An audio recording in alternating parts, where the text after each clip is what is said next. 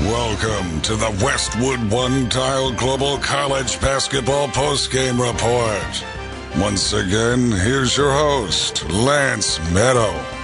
Behind Nasir Robinson's 23 points in front of its home crowd, Pittsburgh knocks off number 9 Georgetown 72-60. Welcome back to our Westwood One Dial Global College Basketball Studios here in New York City. I'm Lance Meadow filling in for Jason Horowitz. Let's find out how it all went down.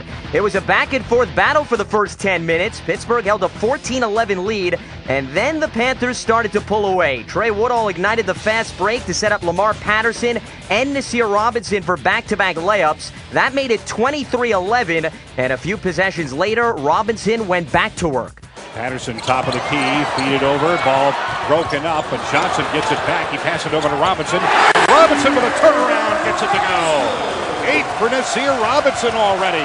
Pittsburgh on a 13-0 run and a 27-11 lead. Greg Whittington free throw finally stopped the bleeding for Georgetown with just under 4.5 minutes left. That made it 29-12 Pittsburgh, but the Hoyas would close out the first stands on a 10-4 run to pull within 11 at the half, 33-22. Second half, Georgetown started to work it inside. 6'10 center Henry Sims ignited and capped a 9-2 run with a pair of jumpers, bringing the Hoyas within 6, 37-31, less than 3 minutes into the second half. The lead would stay within 7 as Georgetown contained Woodall and Ashton Gibbs, but with 13 minutes left, they forgot about Josh Johnson. Now Johnson, bounce pass over to Robinson. Robinson in the lane, kicks it back out. 3-ball try. Johnson nails it. Boy, oh boy, I tell you what, Pitt is shooting. Georgetown's playing better defense than they played in the first half, but Pitt still nailing the shots outside while being closely guarded. First 3 of the game for Johnson, 48-38, back to a 10-point lead for Pitt. Despite a double-digit deficit, Hoyas wouldn't go away. Henry Sims and Jason Clark both converted on layups to keep them in striking distance, and then Otto Porter went into attack mode. Whittington again on the right point, now over to Porter. Lob it to Sims. Working against Dante Taylor, right of the lane, top of the arc. Now Sims gets it over to Porter. Turn around, right of the lane. Good. And Porter is tough right in that spot there. I think he should really try to get there more frequently because the offense enables him to do it and look for his shots. 11 for Porter. First points in the second half. 7:45 to go. Pitt 50, Georgetown 44. Porter led the way for the Hoyas with 14, but Pittsburgh always seemed to have an answer. Not Gibbs, but Nasir Robinson. Patterson runs in from up top, gives it off to Robinson. Robinson puts it home off the glass. He's got 20. And a 59-49 lead. Every time Georgetown challenges, Pitt responds. It's back up to 10, 59-49. Well, and Pitt's done a great job, as you indicated, just staying in this, particularly for a team that's had a lot of difficulty this year. You got to deal with their persistence right now. Robinson finished with 23 points and 8 rebounds. Lamar Patterson added 18 points and 7 assists as Pittsburgh held off number 9 Georgetown 72-60.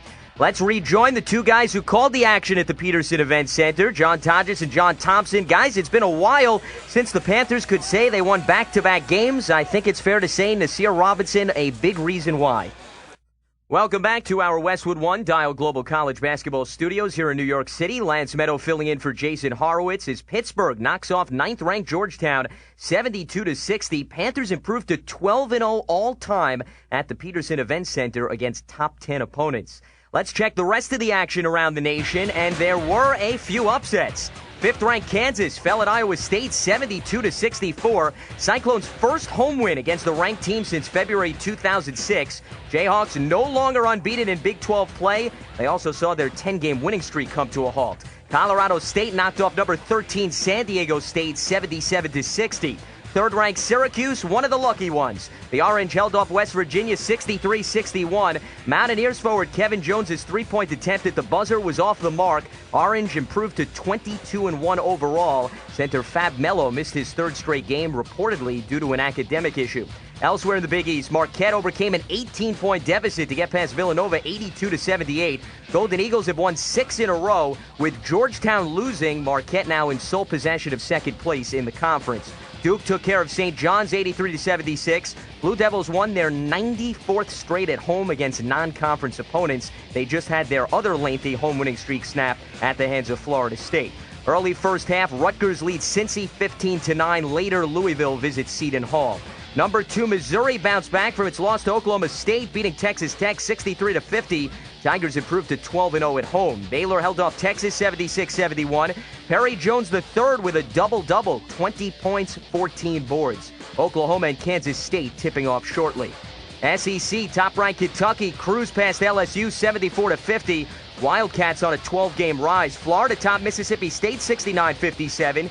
Gators have won 17 in a row at home. Only one unbeaten team left in Division I. That's 20-0 Murray State. Racers host Eastern Illinois tonight. And here's one that will fall under the radar.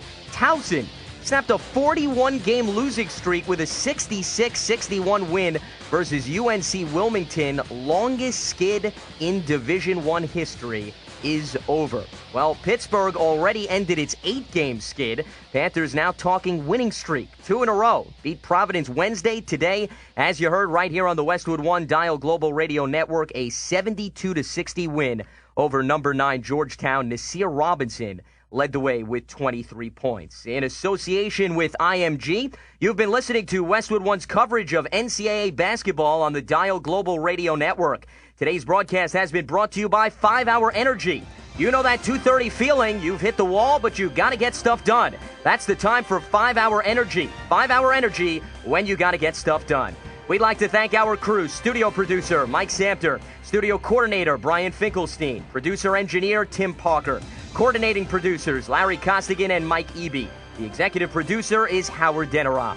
A reminder to join us again for our next broadcast of college basketball. That's tomorrow. It's a Big Ten matchup as the 4th-ranked Ohio State Buckeyes host the 20th-ranked Michigan Wolverines. Coverage for that one begins at 12:45 Eastern on many of these same stations. Log on to dialglobalsports.com for more information. Once again, the final score, Pittsburgh knocks off number 9 Georgetown 72-60. Now for John Todges and John Thompson, I'm Lance Meadow. Thanks for joining us. You've been listening to Westwood One's coverage of NCAA basketball on the Dial Global Radio Network.